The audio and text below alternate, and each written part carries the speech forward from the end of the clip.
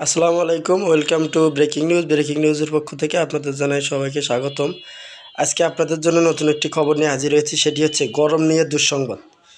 বৃষ্টি কবে হবে তা জানালো আবহাওয়া অধিদপ্তর। দেশের 18 জেলার উপর দিয়ে বয়ে যাচ্ছে তাপ প্রবাহ। এর মধ্যেই সর্বোচ্চ তাপমাত্রায় পড়ছে চুয়াডাঙ্গা। সারা দেশে প্রবাহমান এই তাপমাত্রা আরও বাড়তে পারে বলে জানিয়েছে আবহাওয়া অধিদপ্তর। সংস্থাটি বলেছে, সারা দেশে আগামী 24 ঘন্টায় দিনের তাপমাত্রা 2 ডিগ্রি সেলসিয়াস পর্যন্ত বাড়তে পারে। শুক্রবার 9 মে সকাল 9টা থেকে পরবর্তী 120 ঘন্টার জন্য দেওয়া পূর্বাভাসে এই তথ্য জানানো হয়েছে। এতে বলা হয়েছে, রংপুর, দিনাজপুর, নীলফামারী, রাজারহাট, ময়মনসিংহ, মৌলভীবাজার, রাঙ্গামাটি, চাঁদপুর, ফেনী, নোয়াখালী, চট্টগ্রাম, বান্দরবান, বরিশাল, পটুয়াখালী সহ ঢাকা, রাজশাহী, খুলনা মাঝারি ধরনের তাপমাত্রা প্রবাহ বয়ে যাচ্ছে, তা অব্যাহত থাকতে পারে। এছাড়া আগামী 24 ঘন্টায় সারা দেশে তাপমাত্রা 1 থেকে 2 ডিগ্রি সেলসিয়াস বাড়তে পারে।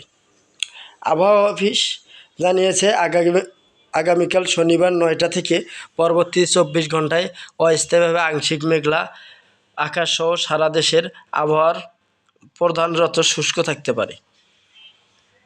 পরদিন রবিবার সকাল 9টা থেকে পরবর্তী 24 ঘন্টায় ময়মনসিংহ ও সিলেট বিভাগের কিছু জায়গায় এবং রংপুর, রাজশাহী, খুলনা, বরিশাল, চট্টগ্রাম বিভাগের 2-1 জায়গায় অস্থায়ীভাবে দমকা হাওয়া সহ বিদ্যুৎ চমকানো বা বৃষ্টি অথবা বজ্রপাত সৃষ্টি হতে পারে।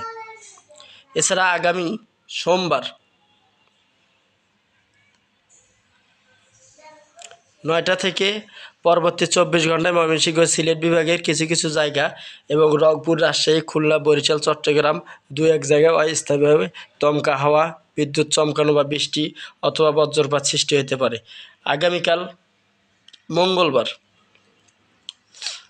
9টা থেকে পরবর্তী সিলেটের বিভাগের কিছু কিছু জায়গায় রংপুর, রাজশাহী, ময়মনসিংহ, ঢাকা, খুলনা, বরিশাল ও চট্টগ্রাম বিভাগের 2-1 জায়গায় অস্থায়ীভাবে দমকা হাওয়া সহ বিদ্যুৎ চমকানো বৃষ্টিপাত হতে পারে। বর্ধিত 5 দিনের আবহাওয়া সম্পর্কে বলা হয়েছে, এ সময় বৃষ্টি ও বজ্রসহ বৃষ্টিপাতের প্রবণতা অব্যাহত থাকতে পারে।